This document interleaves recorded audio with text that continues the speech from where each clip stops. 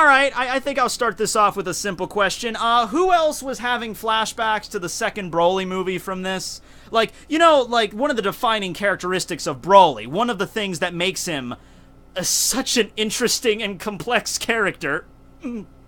threw up a little in my mouth. One of the things that makes Broly is that he constantly shouts, you know, Kakarot, you know, on permanent loop, you know? And by the time we get to the second movie, that's pretty much all the thing he's shouting. But for anybody out there that was, you know, kind of annoyed that he keeps saying Kakarot when we all know him as Goku, this episode provides the answer, because legendary Super Saiyan KALE only knows him as Goku, so she just continuously shouts, you know, Son Goku, must kill Son Goku, so at least it was a refreshing spin on the whole Broly thing. But anyway, this'll be Dragon Ball Super Episode 100, okay, I'm sorry, those are cauliflower tits, I'm sorry, different thing I have to pull up here, okay, let's try that again. I'm shitty at editing, guys, sorry. This'll be Dragon Ball Super Episode 100! Okay, those are still very large, buoyant chesticles there, okay.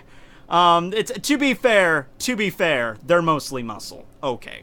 The vast majority of this episode. I'll be honest with you, for, like, I don't know if a lot of people were expecting something really grand for the 100th episode. I don't know. I mean, anime is always hit or miss with that. Sometimes it'll be special, sometimes it won't be. You know, I think we got something pretty cool at the end of the episode anyway, but for the majority of the episode, it's pretty much just KALE she-hulking out into Legendary Super Saiyan and then proceeding to just slam Goku into a wall after wall, you know, that's pretty much it. And then Goku gets up and he's like, whoa, she's pretty strong, oh! And then just continuously gets knocked back again and again and again. Before that, though, we do get some interesting moments between Caulifla and Goku. So Caulifla Flame makes her, like, appearance known to Goku, and is gonna go after him. They take out, like, 2 random members of universes we don't get to see there, and then they confront Goku. Now, Caulifla immediately wants KALE to go into her true power, you know, the legendary Super Saiyan form. KALE tries to do it, but she can't. She can't go into it at will anyway. She has to have, like, an intense emotional stress in order to activate it. Like we had, like, obviously she is so gaga for Caulifla, for her Nissan, or is it Oni-san? I don't know, I'm not a Japanese person, but you know what I mean, like, she's kind of, like, going there. I don't know if it's just sisterly love, but, anybody that seems to approach on Caulifla seems to rub KALE the wrong way, and then she goes into her movie 8 form.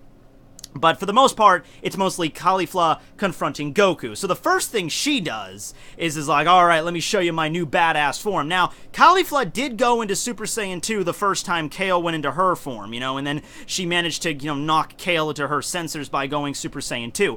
Since then, I guess she hasn't been able to match that form, or she didn't know what she was doing. So it seems like the reverse of what happened in the story. You know, you have Vegeta and Trunks going into, like, the more, you know, like, the Vegeta did, like, the Ascended Super Saiyan, and then you have Trunks going into, like, the it used to be called the Ultra Super Saiyan form, but I don't know if it's called that anymore. I think it's called, like, the power-weighted Super Saiyan form, you know, and then eventually Gohan transcended both of them by going into the true SS2 form. It seems like we have a reverse of that with Caulifla. Caulifla went into SS2 first, but I guess because she didn't know how to get into it, she kept on trying to get into it, trying to force her way into it, and it just resulted in her going into her super... That's the only slide I have of this, I apologize. Going into her power-weighted Super Saiyan form. She tries this against Goku. She thinks she's badass. Goku literally just sidesteps her and then just knocks her on her very large, muscular chest. And then Caulifla's like, how did you do that? Goku summarizes it very quickly. You sacrificed you sacrificed speed for power. We've all been there. It's okay. You'll kind of talking to Caulifla like she's a kindergartner, you know, just like, it's like, okay, it's okay, buddy. You'll get there, you know. We all have that moment in our Saiyan lives where we try to sacrifice speed for power and we get super buff and we try to take on giant green men and we got the shit kicked out of us. We all have those moments. You'll get there eventually, girl. So Goku shows her what a true Super Saiyan 2 is, and I guess through seeing it from Goku and trying to match, because she has done it before, she is able to figure it out on her own, and she's able to ascend to Super Saiyan 2. The fight begins with Goku versus KALE. While in the middle of this, KALE decides to intervene. She shoots like an energy ball. Goku just deflects it, and kind of gives her a smug remark. He's like, yeah, sorry, but could you please not bother us? We're in the middle of this. And Goku, you know, he's just like, I'm in the middle of fighting, you're kind of bothering us, because Goku has no fucking idea who KALE is. Oh shit, I almost forgot about this, and I'm glad I didn't.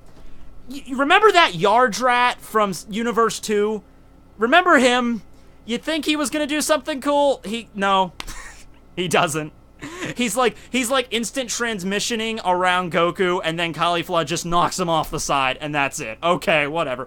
Anybody that thought that the Yardratian was gonna do something cool, or he could do like instant transmission back to the fighting stage, I mean, I'm pretty sure he was eliminated. I mean, I don't think we saw him do it, but maybe he did. I don't know. Anyway, that was just a weird scene. Okay, so, they're fighting. KALE looks over at KALE. KALE's crying because Goku basically told her to fuck off. And KALE says to KALE, she says, "Am I a burden to you, sister?" And then KALE, knowing that she needs to go into the form, just kind of like, just gives her the cold shoulder. And that pisses off KALE something fierce, and then bada bing, bada boom, you know, we go from there. So it proceeds to just an all-out balls deep, you know, basically that scene in movie 8 when Broly was just fucking up the Z fighters one after another, just knocking them into walls and solid objects. Goku takes it rather well at first, walks right up to her, and he's just like, "Oh, so that's your true form, huh?" And, you know, KALE proceeds to, like, choke slam it, you know, energy ball thing. Vegeta shouts over there, like, "Careful, Kakarot! That might be the Saiyan's true form." But, like, what? We never talked about this! What the You know, we never said anything about this. What, the Saiyan's true form? What? Because you have to keep in mind, remember, they're tapping into the Divine Key and everything right now, but the normal evolution for a Saiyan wouldn't normally be tapping into the Divine Key. So maybe either Vegeta's referring to the original legend of the Super Saiyan, or he's referencing, like, that is, like, the primal ancestor to the Super Saiyan, or that's the true, like, apex of power of the Super Saiyan when you don't get God Ki involved. I don't know what he was implying there. You could always include the lore from movie 8. You can include that legend that was spoken about back in the Frieza saga, about the legendary Super Saiyan and everything like that. I'm just gonna go with that route and just act like, yeah, like they're meeting Broly for the first time, you know, and that's the way they go about it, because of course he's non-canon. And if any of you Broly fanboys out there did have some hope that when Goku sees KALE or Vegeta sees KALE, they're gonna bring it up, this reminds me of something. No.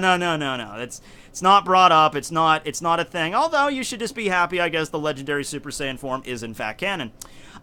So she just goes on a fucking rampage. At one point, KALE, she's like emanating steam. It's like her body's overheating. It's like a fucking car that's overheating, and it's like steam's just erupting from her. At one point, she stands on top of the rubble and just starts like blitzkrieging just everybody, just knocking them off the fucking side of the thing, just bushwhacking the entire competition here. And we don't know how many people get knocked off from that. I don't think as many get knocked off as you would expect to. We see a scene of, like, Botamo and Magetta, like, running away from it, but they don't get knocked off. I think just some riffraff or fodder get knocked off. Zeno is, of course, delighted. He's like, "Oh my god, this is so cool." Eventually, it comes on down to the Pride Troopers. One of the Pride Troopers member tries to restrain KALE.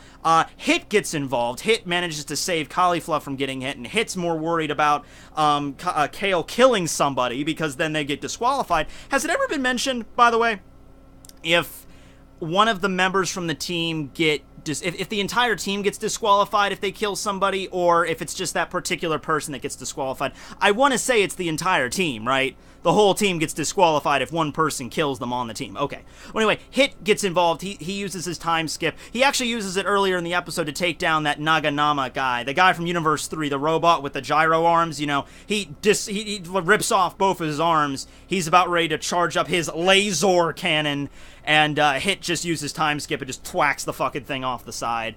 So, way to go, Hit. I feel like Universe 3 is going to be one of those universes that's just going to be like the scrap universe. Like, we're just going to show off you taking out some Universe 3 members just for the sake of you guys don't give a shit, so nobody cares if you lose. But, yeah, so Hit gets involved, and also the Pride Troopers get involved, not the least of which being Jiren. And this is where the end of the episode really kicks off and everyone kind of wets their pants.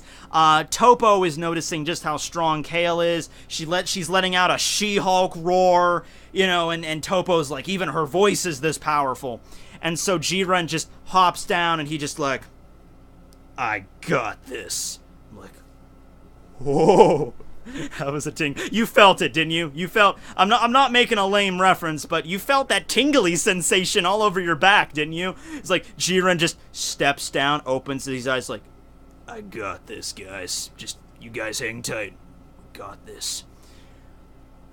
Just KALE's in the middle of trying to attack Caulifla. Jiren just power slams into her, knocks an energy ball right into KALE, knocks her off. Does not knock her off the platform, but knocks her a decent distance away, and then just, right out of a fucking, like, action movie video game, just like, boom! Turns around, faces the camera, crosses his arms. It's over. Poof! Fucking blows up behind him. Big fucking Michael Bay fireball from hell explosion. Now, that was cool, of course. But it really doesn't...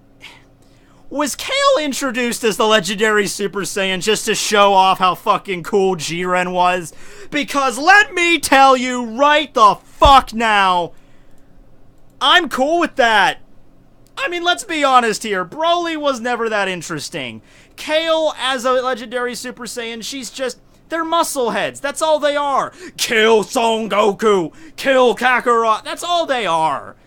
They're cool. They shoot energy blasts and everything. Big, huge explosions. Big, buff muscles, in which case giving me weird feelings involving KALE's, but whatever. Anyway, they're cool in terms of fighting. I'm just saying, in terms of prolonged character being around very often, they can get more annoying than awesome. You know what I mean? Broly was cool the first time you see him. Two movies later, I'm just kind of like, all right, are we done with this guy? Like, after watching a whole or 2 or 3 or 4 episodes with KALE screaming, Son Goku must kill Kurosu Goku, I think that would be kind of boring, but I'm pretty sure that might have been the only thing that she's there. Now, KALE is not out of the competition. Caulifla picks her up, kind of like does her hair back, and then you have this moment where Hit and Jiren are staring at each other, and you think like, oh, is it gonna be a thing? And no. It lasts like 5 seconds. Hit just kind of looks at him like, are you... Ooh, you're that... okay. And then Goku walks out of the dust, and Caulifla and KALE leave, and Hit's like, yep, and then just leaves. It's like, yep, getting out of here. Not being here for this one. And we get the ultimate confrontation next episode. I don't know if it's going to be next episode. The Pride Troopers are definitely going to play a big role next episode, because it looks like we see all of them being introduced. We see like we maybe have Goku and Jiren begin their fight, but it's going to be just kind of like a bullshit sparring match or fight, because it mostly seems like next episode is going to focus on 17 and 18 having battles with other members of the Pride Troopers. Like, you see the General fighting. Like, the General summons, like, these energy swords out of his hands and attacks, like, 17, and 18's fighting this little imp Pride Trooper, and there's, like, a woman on the team, too. So it doesn't seem like too much Jiren Goku action next episode, but, he's obviously been built up to fuck. I mean, we know he's awesome. We know he's badass. I just hope it's one of those things where it's like, Jiren is super powerful. How's Goku gonna handle? Oh, Goku just discovered another power-up out of nowhere. I discovered how to use this red key all of a sudden. Now I'm gonna beat you up, Jiren. I hope they do the fight well, of course, but it's Dragon Ball Super. I'm not holding my breath too much. Maybe 50-50 shot, you never know. But yeah, I want to present you this. Just throwing this out there. Just bear with me now. Universe 7 still wins the tournament, but Goku gets eliminated. Do you think that's a possibility? You think that's possible? You think that's one way they could go about it, like, it's almost the end of the tournament, it's like only a few fighters left, maybe we even have a few more, like Tien and Piccolo might be eliminated at that point or whatever, and you have, like, just, it's down to Jiren and Goku, and it's like, they fall off together or something like that. Maybe? I don't know. And then it's like Master Roshi that claims the crown or something like that. They only need one.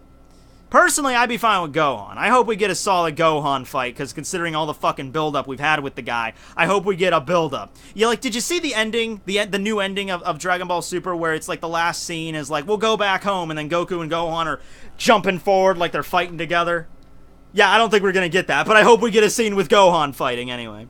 But yeah, that was a cool episode. The middle was kind of like a bland...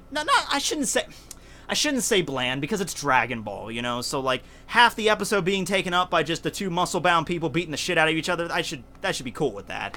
And I am. I just say not much to commentate on, is what I should say. So, with that being said, I'm going to end this review here, but, hey, 100 episodes, here's to 100 more. I think we could do it. I think we could figure out some other shit to include here. No Frieza this episode, no Frieza action, so maybe next week we'll get an update on the old F-Dog. But yeah, hope you guys enjoyed. Thanks for watching. Techie101 signing out. Remember to like and subscribe. Check out some more of my videos over here and subscribe in this general region. End cards are wacky, you know? Alright, later guys.